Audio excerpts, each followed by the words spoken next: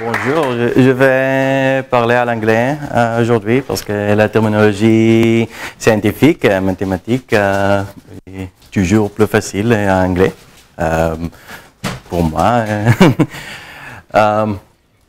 So, yeah, we're going to talk about harmonic analysis and data science. And in case you don't know what harmonic analysis is, and you go on Wikipedia or on Google, then you see this kind of thing. So branch of mathematics, signals, so signal processing and stuff, Fourier analysis. And the basic idea of traditional classic harmonic analysis is that we want to take various signals and represent them as sums of cosines and sines. Eventually, when you go into complex analysis, everything becomes much simpler with complex numbers, and then you have here complex exponentials with the Euler formula. I don't know how much you're familiar with this, so we'll stick with let's call it computer science version. In other terminologies, I have other terminologies for it, but basically the idea that you have some coefficients going for the cosine, for the symmetric part of the signal, some coefficients going to the sine, to the anti-symmetric part of the signal. You can combine a sum of them and have and represent a signal. Basically every periodic signal, you can do this with a discrete sum, and any function that you take under some conditions. I mean, you need some finite energy, but let's forget the assumption they're always nitpicky and annoying. So basically, one of the things that Fourier found is that pretty much any function that you care about, you can represent by its frequencies, and then you get a much nicer representation in some sense. So for example, for this nice signal, that we have in continuous time or space, whatever x represents, we can actually have this kind of coefficient that have a series of how much do we have from each frequency. This is extremely useful for compression, for various image analysis and audio processing tasks. But this is not what data science is about. I mean, at least in the general sense, we want to deal with a much richer family of data sets that are not necessarily just signals over time or over space. Okay? And indeed, if you scroll down on the Wikipedia page, you get to this piece of text from there. That study of eigenvalues of eigenvectors of Laplacians on various geometries, in particular manifolds and graphs, is also considered harmonic analysis. And you see a link to hearing the shape of a drum. And this is a wonderful, hearing the shape of the drum is kind of a wonderful example, let's say, of how applied math or traditional applied math works. So, if you float around on this text, you see this simple explanation. So a drum is basically, if you think about it, it's just a membrane that has fixed boundary, right? Usually the boundary is a circle because, well, you know, it's simple to have a circle and have a drum on it. But the boundary of the drum can be anything. So these shapes, for example, are not necessarily, I wouldn't necessarily suggest that when you play drum in your heavy metal band, you'll take a drum that has this shape, okay? But theoretically speaking, you can think of a drum with any kind of shape of a boundary. And then, can you hear the shape of a drum is a question that says, if you know all the sounds that a drum can make, okay, so you beat it in all sorts of ways, you check all the frequencies that it can vibrate in. What can you say about the shape or the boundary of the drum from this? And in fact, there's a simple differential equation that you can have that for given the shape of the drum for the kind of frequencies that you can see it vibrating it. Okay, it's basically eigenvectors and eigenvalues of the second derivative operator, or the Laplacian operator of the drum, with certain boundary conditions that basically say that you have no movement at the boundary. Okay? It's not difficult to write it down, but I'm not going to do it right now. When we do get to writing down on the blackboard, it will be a more interesting differential equation called the heat equation. Okay? So, for the drum, if you know the shape of the drum, you can compute the frequencies. If you only know all the frequencies that it vibrates in, it was an open question for a while. Can you actually identify in a sort of deterministic way the shape of the drum? In fact, you cannot. You can identify a circle. You can have some properties for equivalence classes of shapes that have the same frequency or the same spectrum, but you cannot identify uniquely a specific shape. Okay? But this is a very interesting kind of observation and a very interesting study of relation between geometries and frequencies or eigendecompositions of second derivative operators. Now, how does this relate to data science? Well, all of this boils down to is that harmonic analysis is about analyzing the kind of changes or variability you can see in whatever phenomenon you're observing. And this relates very well to data science. So let's take a simple example. Here we're seeing sort of application of data analysis to lip reading. If you look at this video and this video, I'm going to give you some prior information. This is a person saying a digit in English. So can you guess what digit is saying here? Think if this looks like 1, 2, 3, 4, 5, 6, 7, 8, or 9. Yes, this is 5. And this one? 1. So we can do lip reading pretty well, at least, and I mean, of course, there are people who can do lip reading much better than the general population, but if I give you this as a classification task of digits, you can filter out all the information that you need. Now, of course, these images have a lot more information than just the digit. You can see that this is a male. He hasn't shaved lately, just like me. Okay, this is not me, by the way. So, well, seems like he's brushing his teeth pretty well. He's not playing hockey. Okay. You can probably see some more details, but all of these are not relevant for the task. Okay.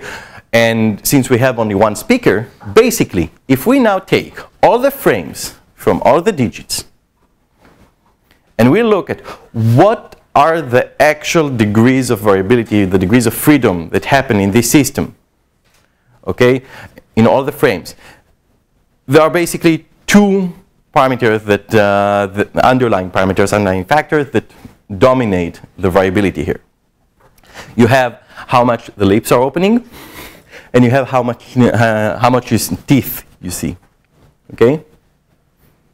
So when we're looking at this kind of data, since we have only 2 degrees of freedom, what we would want, what would be really great, is to take these frames and instead of representing them as pixels on an image, and an image, as you can imagine, has many, many, many pixels, okay? Each one of them is a number between 0 and 255, 0 being black and 255 being white, and grayscales in between.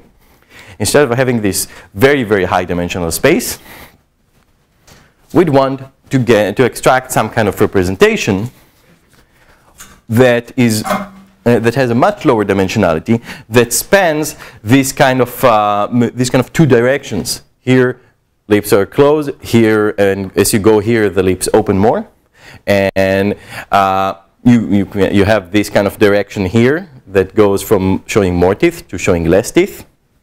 Okay, and then every digit becomes a low dimensional trajectory on this kind of representation. Okay? Essentially what we're saying here is that using some kind of transformation with some properties, we want it to be nonlinear, to be smooth, to be convenient for us to analyze mathematically, to provide some guarantees so we don't see some images shooting off to here. Okay, we do want an image of, say, a zebra to not just be somewhere here, but to a zebra, we do want it to shoot off somewhere else. Okay, but under some properties, we want some nonlinear transformation that maps in some continuous, hopefully differential way, from our very high-dimensional space of pixels to our underlying factors. Okay, and this kind of coordinate map that we have can very conveniently be regarded through the tools of harmonic analysis, also through the tools of topology, and more generally through a field called manifold learning. The idea that you want to take a manifold model, extract in some representation from the data that provides a global coordinate system that is intrinsic to whatever data manifold you're seeing. Okay, and different fields or different approaches to manifold learning look at different ways of doing it. They're also looking at different things that can break and you don't care about them. So as you can imagine, this is a pretty simple data set, so it's okay to say we have one manifold. A lot of other data sets are not as smooth, not as convenient, and then which tools you take and which field of math you use as inspiration changes basically. So, for example, I'll give you an example that is more complicated than this, and just as sort of as a warning, first of all, I am not a biologist, so I actually have no idea what's going on with biological systems, okay? But I know people who do know this, and I trust their opinion, so I'm just going to tell you what they told me, and I'm hoping that it's correct. And the second thing is that I'm going to show you only basic tools today. So what I'm going to show you is tools that basically work in this case. Tools that work in this case are more complicated, and to see about them, you can either talk with me or come to talk that I give in say, more advanced forums. Or you can come and work with me, which is also a great way to learn stuff. Or you can take my class next year, next winter, and then not only will you see the things, you will even see them in French. So, it should either be a great experience or be a terrible experience, and that's a question of how much my hockey French translates to scientific French. So, in biology, a quick crash course. All cells basically start as generic stem cells or certain types of generic stem cells. Stem cells develop. In this case, we're looking at embryonic development. So stem cells develop, split and develop into germ layers of 3 types. I'm not entirely certain why and how, but they do. And then somehow these germ layers develop into progenitor cells and precursor cells that become cardiac tissue and the cardiovascular system, hematopoietic things that are essentially blood cells, and of course neural tissues, neural cells become the nerve system, the brain, things like that. So we don't all become giant amoebas, so this thing works. Okay?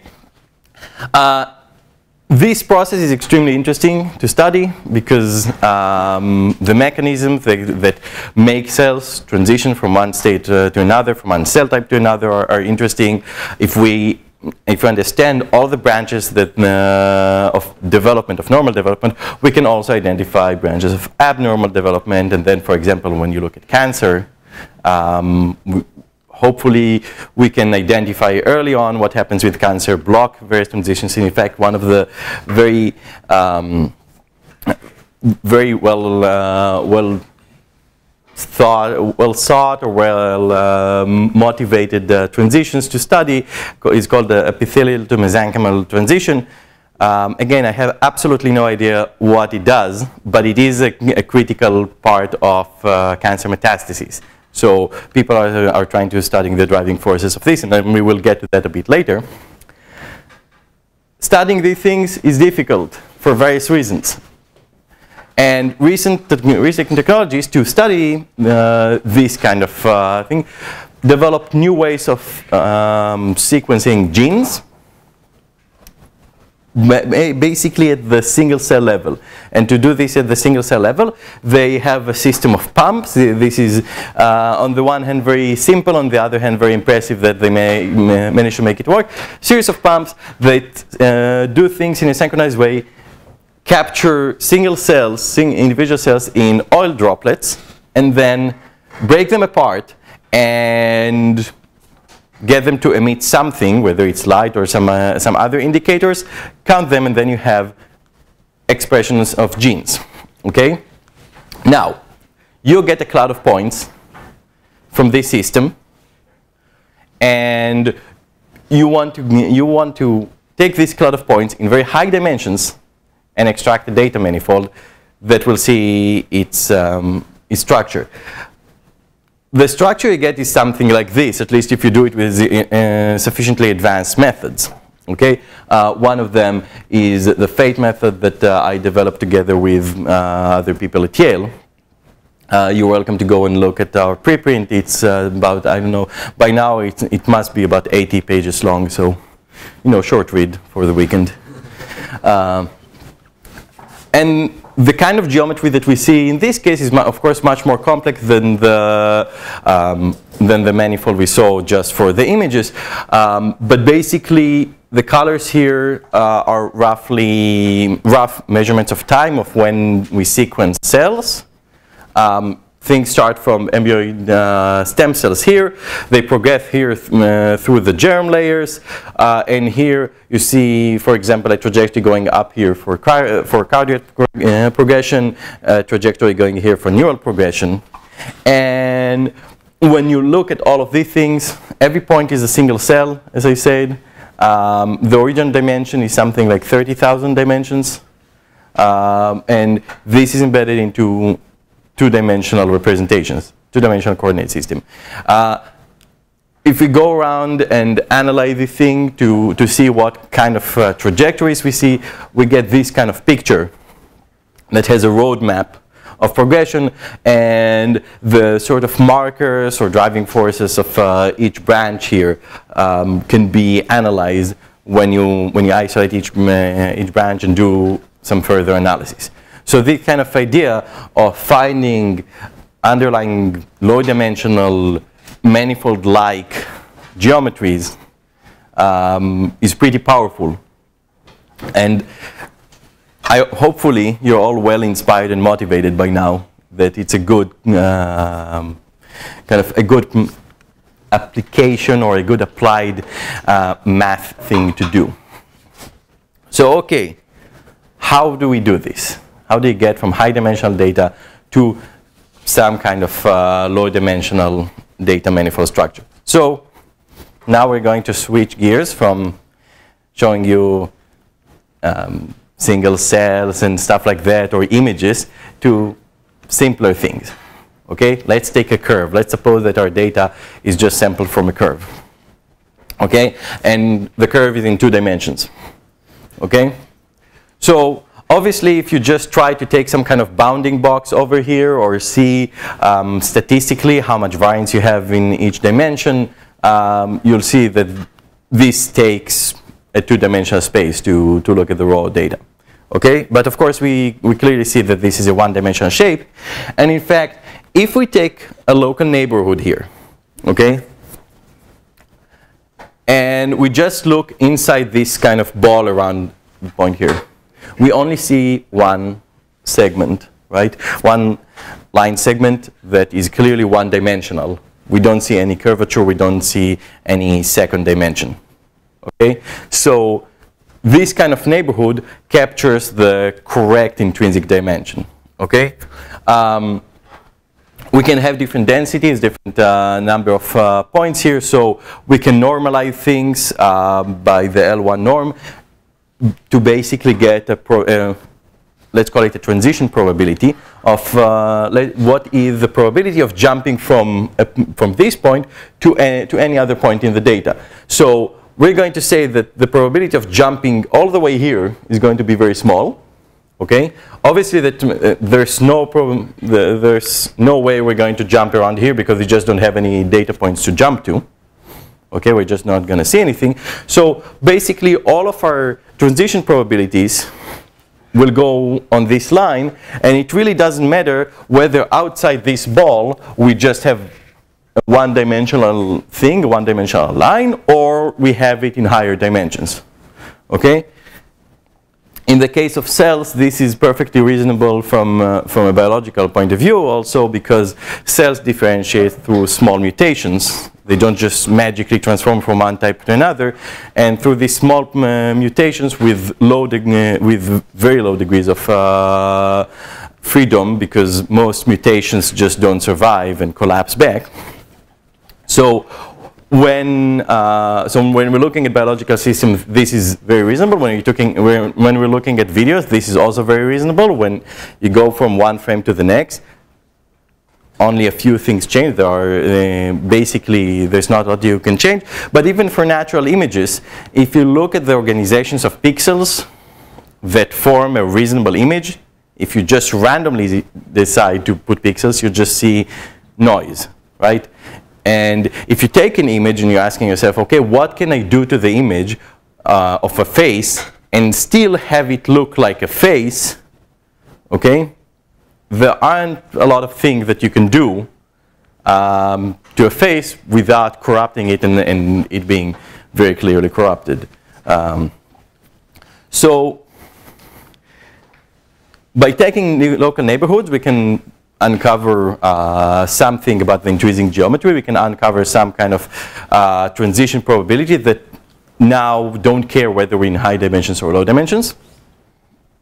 And we can cover the data with many, many neighborhoods like this. Each of them gives us a local step that now ignores the high dimension. And we can chain them together where basically with no memory. So every time we're on a certain point here, we're just going to say that we're going to use the same probabilities to jump to the next point, forgetting everything that happened before, ignoring everything that happened before. This kind of change is called the Markov chain. Okay? And with it, we can have random walks. We can start from whatever point we want and just walk along the manifold. Okay? What happens is that we actually create, by taking several steps and taking many random walks, we create this kind of neighborhood that now, instead of just taking local regions and capturing linear relations, or taking big circles and then we're kind of capturing high-dimensional structures. If we're doing things in this way, you can have this kind of non-linear neighborhood that still latch on to the main directions in the data. Okay?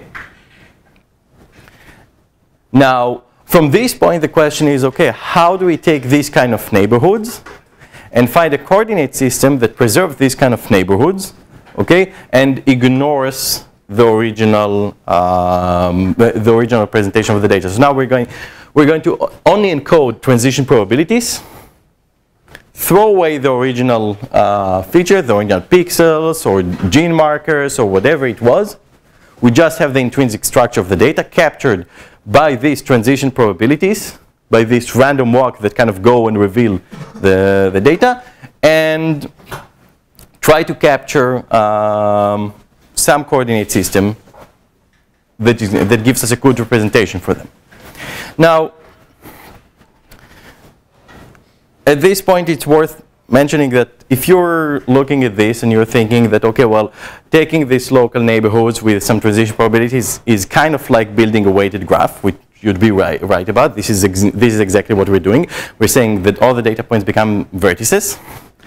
All the transition probabilities between them become edge weights, okay? And we're just walking over a graph.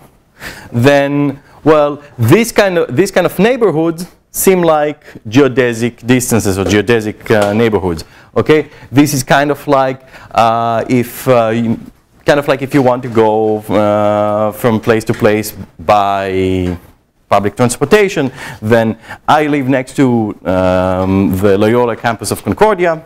If I want to go to Canadian Tire, then not downtown, but that is near me, there are various branches of Canadian Tire that are 10 minutes by car.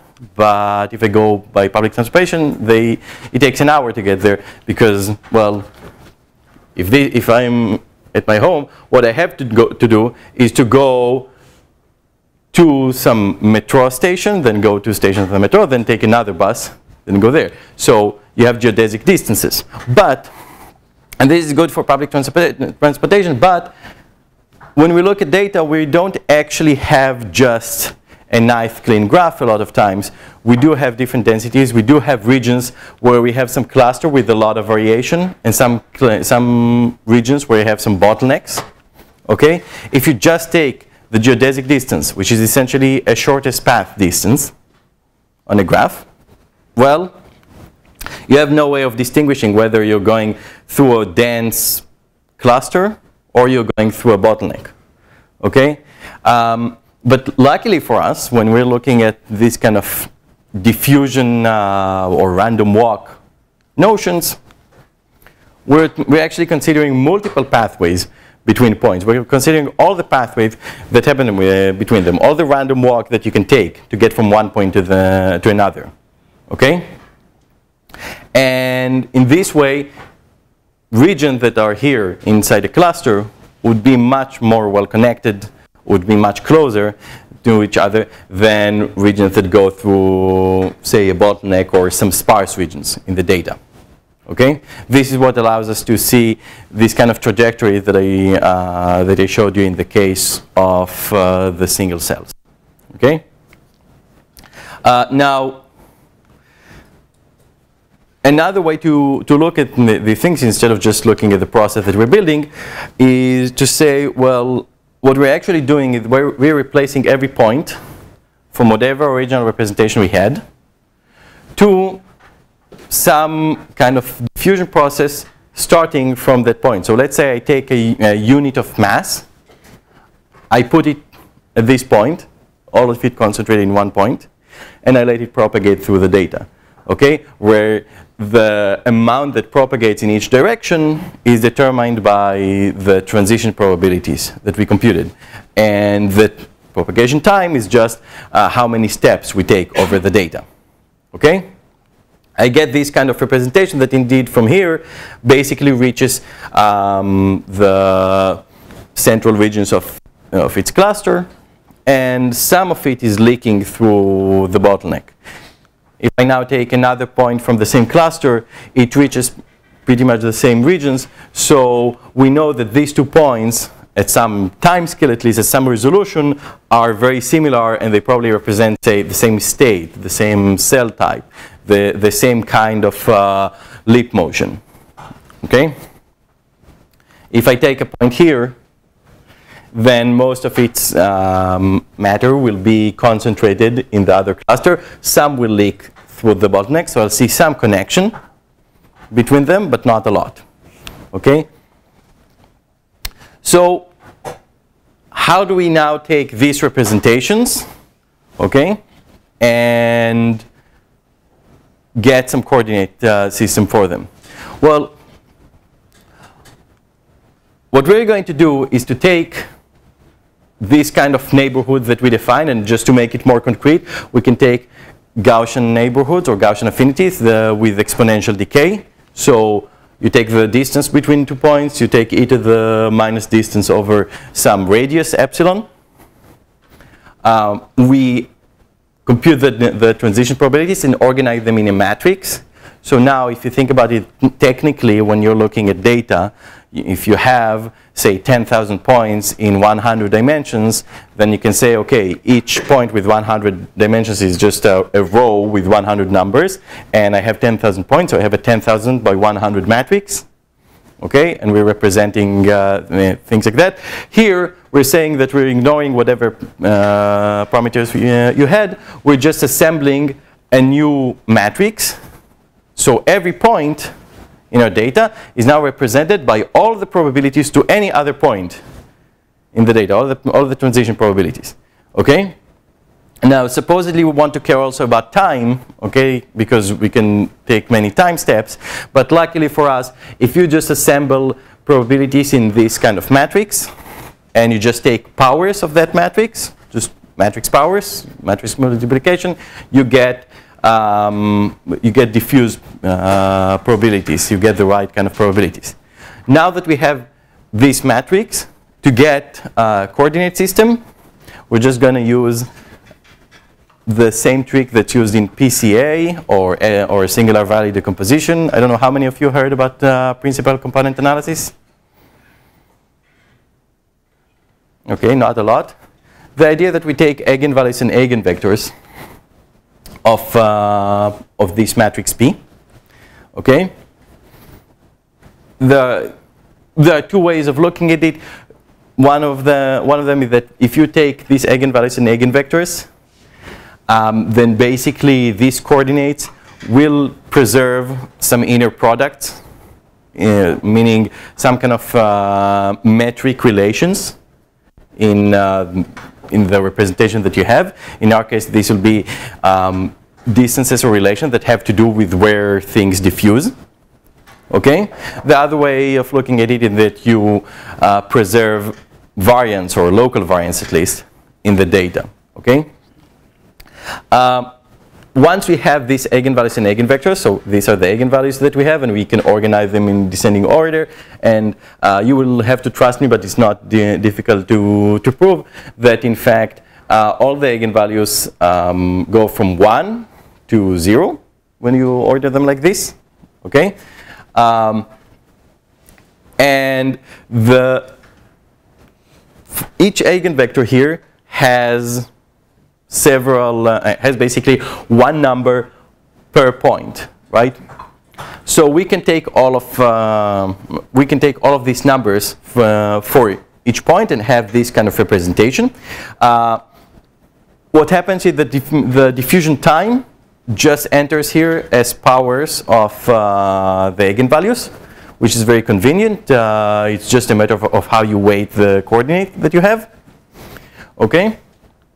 The first one, we ignore it because this tends to be constant, this first eigenvector. So it's not important. If it's just constant, then this coordinate doesn't give us any information. And we just take this representation. So if we look at the eigenvectors and eigenvalues that we have, if we take, say, the first 2 or the first 3, then we have a 3-dimensional representation. If we take the first 100, we'll have a 100-dimensional representation. Okay? And we can look at the time and tune the time. This is actually a very interesting question of how exactly to control and tune the diffusion time for getting the right resolution. It's like you can think about it like a knob that controls the resolution. If you crank it up to diffuse a lot, you see some low resolution details. If you don't let it diffuse too much, then you see high resolution details. But it's not a clear-cut thing of okay, here is the perfect time. So we're just going to ignore this for now. Okay, and one of the things that's really nice about this is that if you look here, we have these eigenvalues at the weights of the coordinates. The eigenvalues of this P that we build, this row stochastic matrix, tend to decay very rapidly from 1 to 0. which means that basically we can ignore everything that has an eigenvalue that is too low, because this would be very, very small coordinates compared to the rest. So, I mean, if you think about it, it would be like squeezing the data. The data anyway, even if we took all the coordinates, it would be squeezed into the coordinates that have high eigenvalues here. Okay? So this kind of value is called the numerical rank. Okay? The number of eigenvalues that are not negligible. This determines the dimension of the embedding you get, or the coordinate system you get from this diffusion framework. And not only that, when you play with the resolution knob, with the diffusion time, what happens is that the decay becomes more and more rapid, and the dimensionality decreases. So, as you can imagine, if you want a low resolution representation of your data, you want just the main broad strokes patterns, you need a lower dimensionality. You need less numbers, essentially, than if you need higher resolutions. Okay? The other thing that you get that makes the thing useful is, as I said, if you take this kind of eigenvalues and eigenvectors, you preserve something about the metric space. So you can go and compute the distances in this coordinate system, just Euclidean distances. What happens is that they correspond to diffusion distances, that if you don't want to decipher what all of this means, it basically means that if you take 2 points, you diffuse for t time steps, and you look at the overlap between the regions they got to, okay? The bigger the overlap, the smaller the distance, okay? So you really capture this kind of notion of, do they reach the same places or not, okay? So, okay. You get this kind of map, and here the video will unfortunately not work because of some technical issues that I'm having, but it's not such an impressive video. If you take a video of this kind of BTR driving around, okay, with the camera focused on it, so the only degree of freedom that you have is the angle that you see for the BTR. You take all the frames. Okay, forget about time, forget about the trajectory it actually took. You just take the images, okay? And you run this diffusion map algorithm on them. And you say, okay, each point here will be a frame. And what kind of organization do I get from just taking the first two, or rather the second and third eigenvectors, because remember we're ignoring the first one, but the first one, so because we're ignoring it, we'll call it the 0th one. So you take the first and second eigenvalues and eigenvectors, you plot them, you get this kind of circle that if you color it by the angle of the BTR rotation, you exactly extract here a circle that is dominated by the rotation. Okay? And I do have a few more examples that are more complicated to show, but I think this is a good time to pause for a moment and go to the blackboard, because looking at the geometry of a circle and what do you get from these coordinates on a circle is very nice and beautiful to see. And in fact, if you look at papers discussing diffusion maps, which is this kind of embedding method, you find that a surprising amount of examples, no matter how complicated they seem initially from the data description, end up being a unit circle. Okay? And I mean, call it a remarkable observation, or call it some kind of bias of people studying diffusion maps towards unit circles. But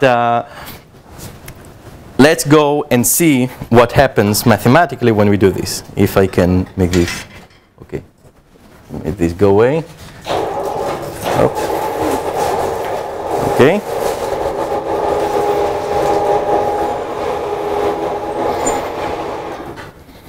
Okay, so now we're going to do some math. Okay, so let me pull up the thing. Okay, so okay, we're going to take here a circle. Okay, whatever the circle can be in 2 dimensions, it can be in 100 dimensions, and it can be in 10,000 dimensions. Okay, but since it's a circle, no matter how it's warped into these dimensions, of course we can always say that every point here will just be identified by some angle theta, right? So we have a circle with angle theta.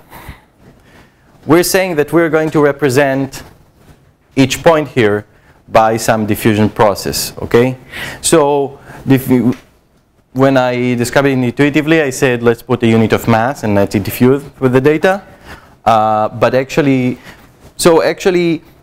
when Einstein was studying diffusion, he thought of ink in water.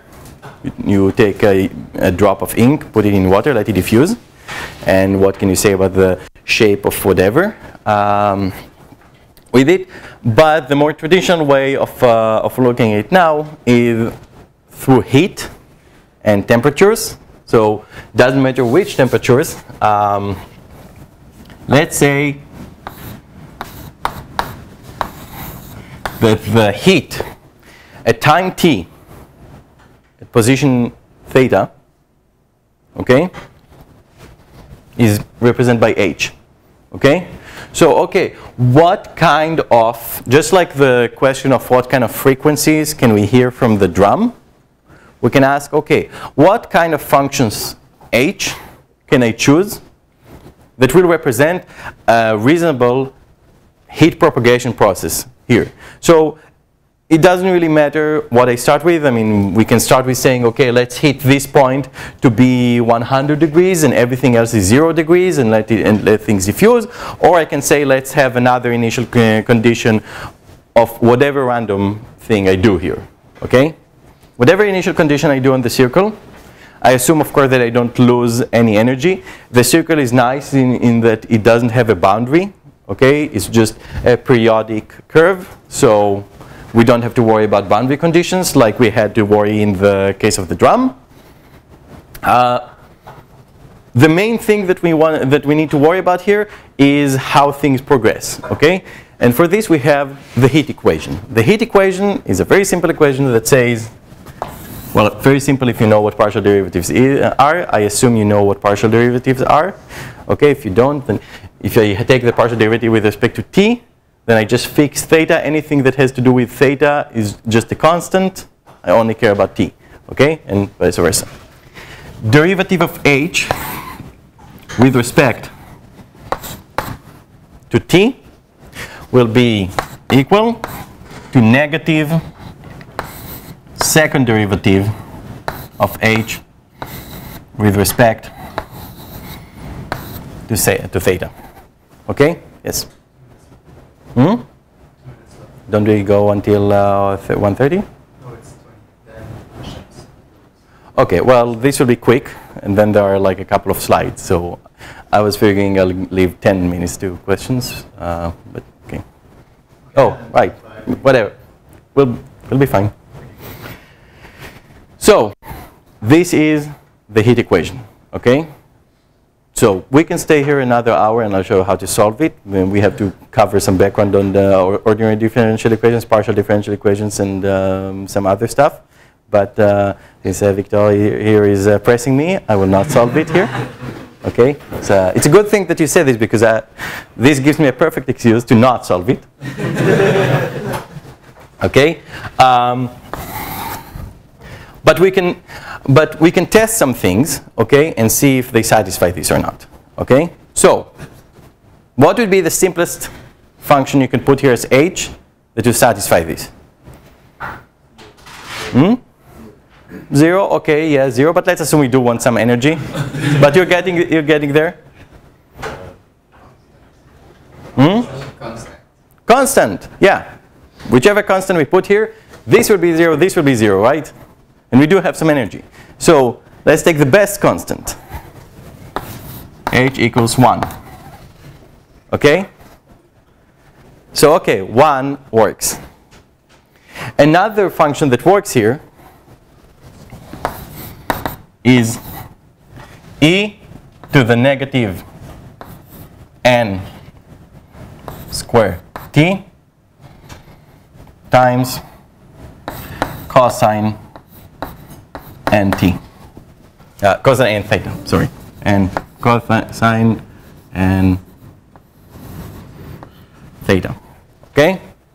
You can verify this if you just take, if you take derivative with respect to t, then the negative n square comes off. This is constant, so you have this. If you take derivative with respect to theta, this thing becomes, first derivative becomes negative sine, second derivative becomes negative cosine, okay? The n comes out twice, so you have negative n, so you have the negative,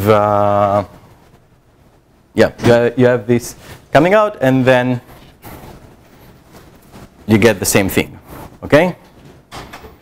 At least if I haven't brought out the signs, but so, okay.